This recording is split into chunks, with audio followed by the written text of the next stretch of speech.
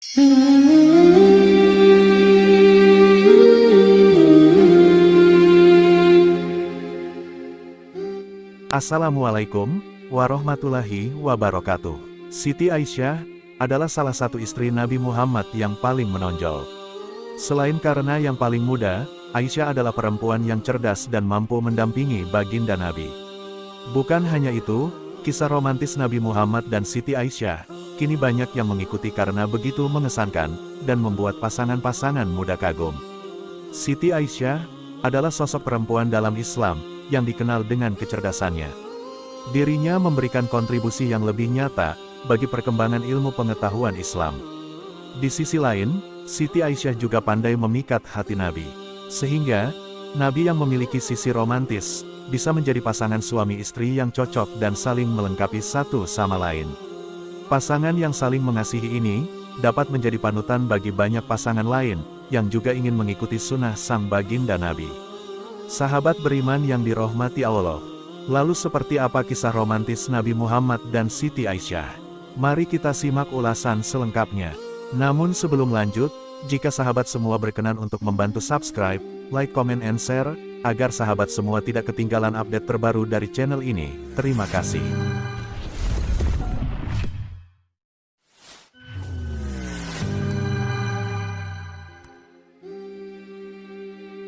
Kisah romantis Nabi Muhammad dan Siti Aisyah sudah ada sejak Siti Aisyah kecil. Namun, ketika itu romantisme Nabi Muhammad berbentuk kasih sayang. Kasih sayang Nabi Muhammad disebut-sebut melebihi kasih sayang orang tua Siti Aisyah. Selama kehidupannya bersama Nabi Muhammad, Aisyah ikut tumbuh dengan didikan dari Rasulullah Shallallahu Alaihi Wasallam. Sebab, Aisyah merupakan satu-satunya istri Rasulullah yang masih perawan, karena dinikahi oleh Rasulullah ketika usianya masih kanak-kanak.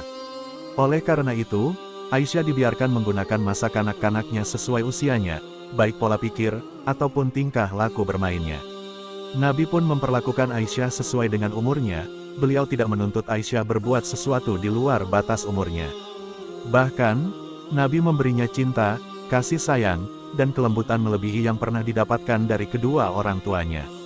Semua itu Nabi lakukan agar hidup Aisyah berjalan sesuai dengan tabiat dalam dirinya. Tak ada paksaan kecuali yang menyangkut larangan atau lepas dari hukum syara. Pertumbuhan Aisyah tidak luput dari pantauan Nabi. Aisyah tumbuh semakin dewasa dan matang. Suatu hari, Aisyah keluar bersama Nabi, beliau mengajak bertanding lari untuk yang kedua kalinya, setelah sebelumnya mereka pernah melakukannya ketika akan pergi ke Madinah. Namun kali ini pertandingan lari tersebut dimenangkan oleh Nabi. Siti Aisyah kalah, karena tubuhnya sudah padat dan berisi.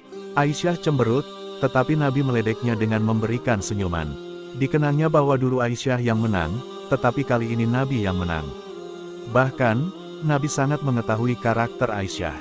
Beliau tahu kapan jiwanya sensitif, tahu kapan jiwanya bahagia.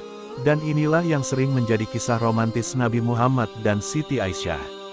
Dalam kisah lain, Nabi Muhammad berkata kepada Aisyah, "Aku tahu kapan kamu marah, kapan kamu bahagia." Merasa heran, Aisyah pun bertanya kepada Nabi Muhammad, "Bagaimana bisa mengetahui suasana hati yang aku sembunyikan begitu rapi?" Nabi menjawab, "Jika sedang marah, kau bersumpah, demi Tuhan Ibrahim. Jika hatimu sedang lapang kau bersumpah, demi Tuhan Muhammad."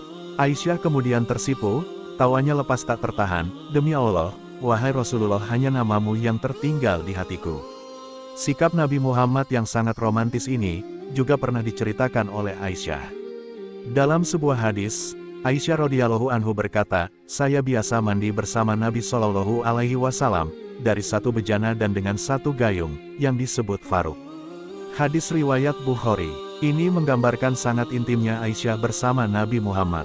Tentu saja mandi bersama hanyalah salah satu dari contoh kecil, dari praktek keintiman dan keromantisan, demi memupuk rasa cinta antara suami dan istri. Karena keintiman dan keromantisan, tidaklah melulu tentang hubungan seksual seperti yang dipikirkan banyak orang.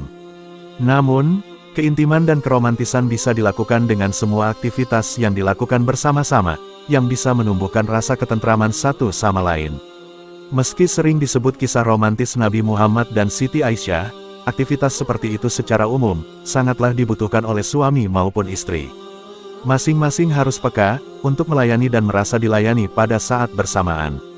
Ini bahkan bisa dilakukan, dengan tersenyum dan saling menggoda. Sahabat beriman yang dirahmati Allah. Berikut bentuk kemesraan Nabi Muhammad dan Siti Aisyah, yang bisa dijadikan contoh demi kebahagiaan hubungan suami istri. 1. Menempelkan mulut pada bekas makan dan minum istri. Kemesraan ini tentunya melebihi kemesraan makan sepiring berdua. Hal ini diriwayatkan oleh Aisyah radhiyallahu anhu. Ia berkata, terkadang Rasulullah Shallallahu alaihi wasallam disuguhkan sebuah wadah air kepadanya, kemudian aku minum dari wadah itu, sedangkan aku dalam keadaan haid. Lantas Rasulullah mengambil wadah tersebut, dan meletakkan mulutnya di bekas tempat minumku. Terkadang aku mengambil tulang, yang ada sedikit dagingnya, kemudian memakan bagian darinya. Lantas Rasulullah Shallallahu alaihi wasallam mengambilnya, dan meletakkan mulutnya di bekas mulutku. Hadis riwayat Ahmad. 2. Mandi bersama. Melihat sosok Nabi Muhammad yang berwibawa, ternyata juga memiliki sisi romantisme kepada istrinya. Dalam sebuah hadis, Aisyah radhiyallahu anhu berkata, dahulu aku mandi junub bersama Rasulullah dari satu bejana, di mana tangan kami bergantian mengambil air di dalamnya. Hadis riwayat Bukhari Muslim. Ini menunjukkan sisi romantisme, dan kasih sayang bahkan setelah melakukan hubungan seksual. Nabi Muhammad sosok suami panutan yang ideal, bahkan pernah berkata, bahwa sebaik-baik laki-laki adalah yang baik perlakuannya kepada istrinya. 3. Memberi perlakuan baik saat istri haid. Saat haid, seorang perempuan bisa berada dalam mood swing. Sebagai suami, Nabi Muhammad mencontohkan perlakuan terbaik kepada istrinya. Aisyah radhiyallahu anhu berkata, dahulu Rasulullah meletakkan kepalanya di pangkuanku, kemudian membaca Al-Quran sedangkan aku dalam keadaan haid. Al-Hadis. Bukan hanya itu, bahkan Nabi Muhammad juga menunjukkan sisi lembutnya, dengan cara yang tidak pernah dibayangkan. Dalam hadis lain, Aisyah radhiyallahu anhu berkata, dahulu aku menyisir rambut Rasulullah, sedangkan aku dalam keadaan haid. Hadis riwayat Bukhari dan Muslim. 4. Memberi panggilan khusus. Rasulullah suka memanggil Siti Aisyah dengan panggilan, Ya Aisy, hadis riwayat Bukhari dan Muslim. Dalam kultur Arab, pemenggalan huruf akhir dan panggilan kecil, menunjukkan panggilan manja tanda sayang. Bukan hanya memanggil panggilan kecil, Nabi Muhammad juga mempunyai panggilan khusus. Rasulullah Shallallahu alaihi wasallam memanggil Aisyah dengan panggilan Humairo, yang artinya adalah putih kemerah-merahan. Qadi Iyad menyebutkan dalam Masyarikul Anwar, perkataan beliau kepada Aisyah, Ya Humairo, adalah bentuk tasgir panggilan kecil kasih sayang dan cinta, Juz 1, halaman 702. 5. Berbincang bersama istri di luar. Berjalan bersama di malam hari bersama istri, kemudian membincangkan banyak hal di luar rumah. Kemudian berbicara dari hati ke hati, hingga mengingat memori bersama. Bukankah itu sangat mesra? Dan ini pun dicontohkan oleh Nabi Muhammad Shallallahu alaihi wasallam. Dalam sebuah hadis, Aisyah radhiyallahu anhu meriwayatkan tentang kebiasaan Rasulullah Shallallahu alaihi wasallam yang keluar kota selalu membawa istri ini. Nabi ketika malam hari berjalan bersama Aisyah, berbincang dengannya. Hadis riwayat Bukhari dan Muslim. 6. Mengajak istri makan di luar. Diriwayatkan dari Anas radhiyallahu anhu, ia berkata, seorang lelaki Persia yang merupakan tetangga Nabi mempunyai kuah kaldu paling sedap. Kemudian dia membuat makanan, dan mendatangi Nabi. Lantas mengundangnya untuk makan, sedangkan Aisyah berada di samping Nabi. Kemudian Nabi berkata, yang ini bagaimana? Ia menunjuk Aisyah dan berkata, tidak, kemudian memberi isyarat kepadanya, bagaimana dengan ini? Dia berkata, tidak. Kemudian Nabi memberi isyarat yang ketiga kalinya dan bersabda, ini bersamaku. Kemudian ia berkata, ya. Hadis riwayat Ibnu Hibban. 7. Menenangkan amarah dengan cara unik. Sudah selayaknya pasangan suami istri, memiliki perbedaan pendapat dan dapat mengatasinya dengan baik. Hal ini dimaksudkan agar perbedaan itu tidak memicu amarah, dan berakhir menjadi konflik.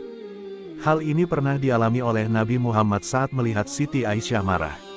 Ibnu Sunni dalam Amalul Yaum wal Lailah, meriwayatkan hadis dari Aisyah, ketika Aisyah marah, maka Nabi mencubit hidungnya dan berkata, wahai Uwaisi, panggilan kecil Aisyah, katakanlah, ya Allah, Tuhan Muhammad, ampunilah dosaku, hilangkanlah kemarahan di hatiku dan selamatkanlah aku dari fitnah yang menyesatkan. 8. Hanya menikah sekali. Dikutip HuffPost, Kisah romantis Nabi Muhammad dan Siti Aisyah bukan hanya terjadi saat mereka hidup. Dicatatkan sebagai kisah cinta yang sejati, Aisyah tidak pernah menikah lagi setelah Nabi meninggal. Mengingat banyaknya momen-momen indah yang pernah mereka lalui bersama, Aisyah merasakan rasa duka yang begitu mendalam karena kehilangan. Bagaimana tidak, sosok yang begitu dicintainya itu meninggal dalam pangkuannya. Semoga kisah romantis Nabi Muhammad dan Siti Aisyah ini menjadi inspirasi dalam menambahkan bumbu kasih sayang dalam kehidupan rumah tangga bagi seluruh pasangan suami istri. Sahabat beriman yang dirahmati Allah, sekian dulu pembahasan video kali ini, semoga bermanfaat. Akhir kata, wallahu a'lam bishawab. Wassalamualaikum warahmatullahi wabarakatuh.